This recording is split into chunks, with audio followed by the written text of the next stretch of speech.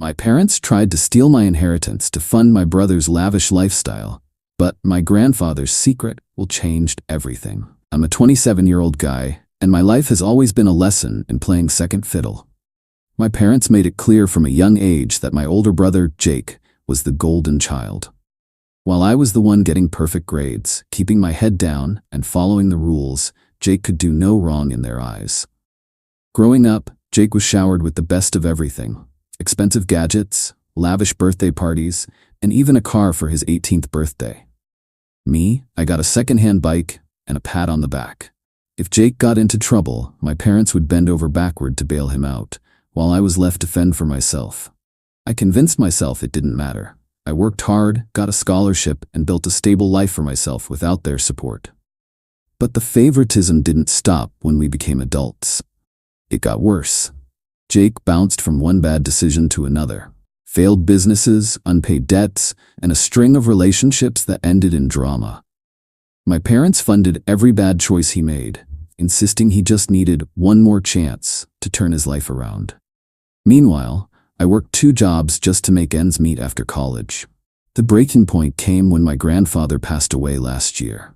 He was the only person in my family who treated me with genuine kindness and fairness. While he didn't openly criticize my parents' blatant favoritism, he made a point to support me whenever he could, whether it was sneaking me extra money for school supplies or offering me advice when I needed it most. When the will was read, I was shocked to learn that my grandfather had left me $400,000 as part of my inheritance. Jake got the same amount, as did our cousins, which was more than fair. It was the first time in my life I felt like I was being seen and valued equally. But of course, my parents had other ideas. The moment we left the lawyer's office, my mom cornered me. "You know your brother's struggling right now," she said in her usual condescending tone. "It's only fair that you give your share to him. He needs it more than you." I was stunned. "What are you talking about?" I replied. "Grandpa left us equal amounts. Why should I give mine to Jake?" She sighed dramatically, as if I was the unreasonable one. "Because he's your brother. Family helps family. You've got a stable job and no major expenses, but Jake is drowning in debt. Don't you care about his future?" The conversation quickly escalated. My dad jumped in, claiming that it was what Grandpa would have wanted, and that I was being selfish for even questioning it. They even tried guilt-tripping me by saying, "We've always supported you when you needed us." That was a blatant lie, and they knew it. For the first time in my life, I stood my ground. I told them that the money was mine, that Grandpa had made his wishes very clear, and I wasn't going to give up what was rightfully mine just because they couldn't say no to Jake. Little did I know, this was only the beginning of their plan to take what wasn't theirs. The days after that conversation were tense. My parents were relentless. They started calling me daily, alternating between guilt-tripping and outright demanding that I hand over my inheritance to Jake. My mom cried about how the family was falling apart because of my selfishness, while my dad accused me of being ungrateful for everything they had done for me. Jake, of course, stayed true to form. Instead of reaching out to me like an adult, he played the victim. He posted cryptic messages on social media about how family is supposed to look out for each other and how some people forget their roots. Our mutual friends started messaging me, asking why I was being so cold-hearted toward my own brother. It didn't take a genius to figure out who was feeding them this narrative. But the final straw came when I received a call from my cousin, Sarah. She's always been the family gossip, and while I don't usually pay much attention to her dramatics, this time she dropped a bombshell. "You know your parents have been talking to the lawyer, right?" she said. "What are you talking about?" I asked, already feeling my stomach twist. Sarah sighed. "They're trying to contest the will. They're claiming Grandpa wasn't in his right mind when he wrote it. Apparently, they think they can get Jake a bigger share if they make it seem like Grandpa didn't know what he was doing." I was furious. This wasn't just about the money anymore. This was about disrespecting Grandpa's memory and his final wishes. I immediately called the lawyer to find out what was going on. Sure enough, my parents had filed paperwork to dispute the will. They were claiming that Grandpa had been confused and manipulated into dividing the inheritance equally, and they were trying to reallocate my share to Jake. I felt like I was living in a bad soap opera. The man who had always supported me, who had treated everyone fairly, was being smeared by his own children, all so they could continue enabling Jake's reckless behavior. Determined not to let them win, I reached out to my grandmother. She had been quiet during all of this, but I knew she had to be aware of what was happening. When I explained everything, she was livid. "They tried to do the same thing while your grandfather was alive," she said. "They pressured him to change the will so Jake would get everything, but he refused. He said he wasn't going to reward laziness and entitlement." Hearing that only strengthened my resolve. Grandma and I went through old records, letters, and even voice recordings Grandpa had made. We found solid evidence that he was of sound mind when he drafted the will, and that he had specifically planned for the inheritance to be divided equally among all the grandchildren. Armed with this evidence, we prepared to fight back. I came home one evening to find my parents sitting in my living room, looking more serious than I had ever seen them. Jake was sprawled on the couch, his feet up, flipping through the channels like he was perfectly at home. There was an unsettling quiet between them, something tense. "What's going on?" I asked, still standing in the doorway, trying to read their expressions. My mom barely looked up. "We need to discuss the inheritance," I frowned. "I already told you, I'm not giving up my share." "You're making a mistake," my dad cut in sharply. "Jake's in a bad place. He needs the money more than you do." I clenched my fists. "No, I'm not giving in to this. Grandpa left it equally, and I'm going to honor that." Jake sat up then, his usual lazy grin replaced by something more calculated. "Come on, man. Don't be so dramatic. You know I need this more. I'm in debt, and you're doing fine. Grandpa would have wanted me to have it." I couldn't believe what I was hearing. My brother, who'd lived off our parents his entire life, had the nerve to claim Grandpa's money. His argument wasn't even about hard work or responsibility. It was just that he was the bigger problem. "We're not asking for much," my mom added, her tone softening but still firm. "Jake's future is at stake. Don't you want to help him?" I couldn't hold it in anymore. "No, I'm not just going to hand over my share because he's messed up. That's not what Grandpa wanted." The tension was thick, hanging in the air like a storm waiting to break. My dad stood up and slammed his hand on the table. "You're being selfish. You don't need the money, but he does. Why are you so intent on making this difficult?" That was when the doorbell rang. I looked past them, confused, but when I opened the door, the last person I expected to see was the family lawyer, holding a set of documents. "Sorry to interrupt," he said casually, but his eyes shifted to my parents. "I'm here with some important paperwork. Your parents have officially filed to contest the will. They want to redistribute Grandpa's estate." I stood frozen in the doorway, unable to believe what I was hearing. My own parents, the people who had raised me, were now trying to take away what was rightfully mine. I felt sick, betrayed in a way I had never experienced before. "You're suing me?" I whispered, but the words felt hollow, as if they came from someone else.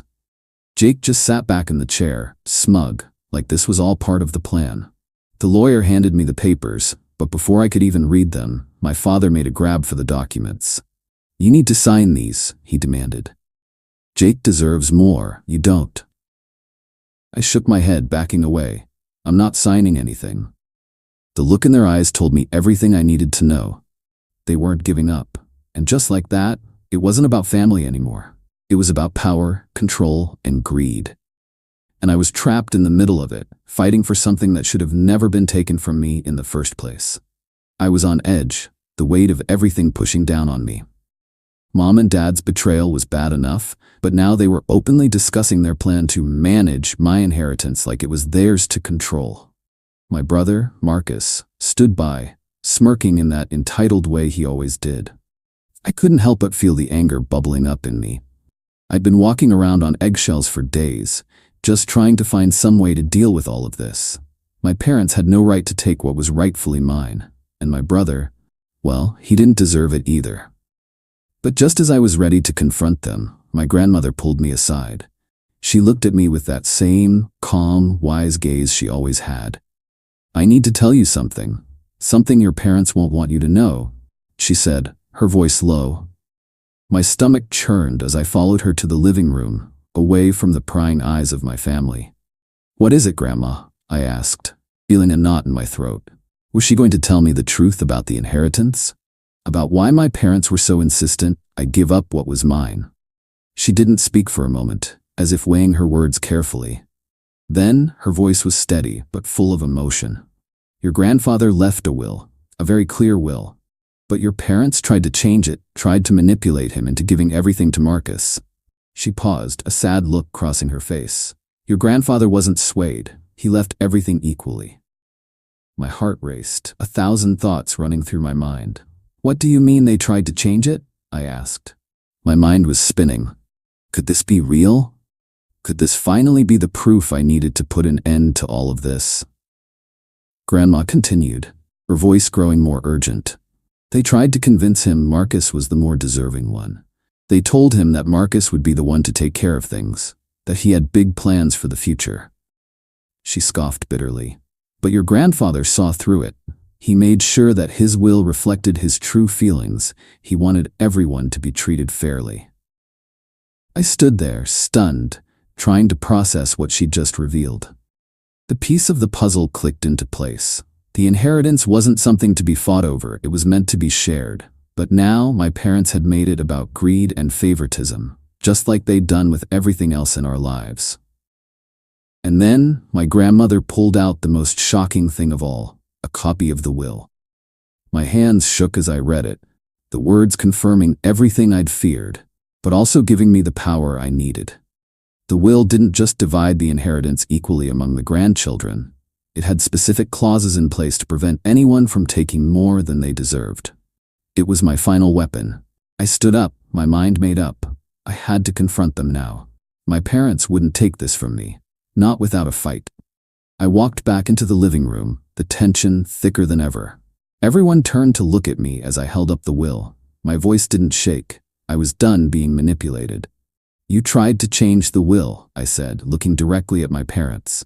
But Grandpa had other plans, and now I'm taking my share. No one's taking it from me. The room fell into an eerie silence. For a moment, it felt like time had stopped. My parents looked at each other, their faces red with a mix of shock and anger. I could feel their eyes burning into me, but I didn't flinch. I had the truth on my side now, and I wasn't going to back down. My mother was the first to break the silence. She opened her mouth to speak, but no words came out at first. Then, in a strained voice, she said, I didn't know. I didn't realize. Her voice trailed off as she glanced at my father, seeking his approval. But my dad just stood there, speechless, his hands balled into fists by his sides. It was the first time I had ever seen him this unsure of himself. You didn't know? I repeated, my voice sharp with disbelief. You've been planning this for months, Mom. You didn't think I'd find out? You didn't think Grandpa would have left something to protect us from you? My mother's eyes welled up with tears, but she quickly wiped them away. I just thought it would be easier this way, for Marcus, she stammered, her voice cracking. He's always needed more help than you. He's my son, my baby. I shook my head. That's the problem, Mom. You've always put Marcus first, no matter what, and now you've tried to take what's mine, too. My father, who had been eerily quiet up until now, finally spoke. This isn't how it's supposed to be, he muttered, his tone low. This isn't how your grandfather would have wanted it. His face twisted with frustration. He never understood that Marcus needed more. He thought fairness was the answer to everything. And you thought you could change it, I shot back. You thought you could just manipulate everything, like you always do. But Grandpa knew better. He didn't fall for it. And now, I'm getting what's mine. Marcus, who had been standing there in complete silence, finally took a step forward. His usual arrogance had faded, replaced by a rare vulnerability. Look, he said, glancing between our parents and me.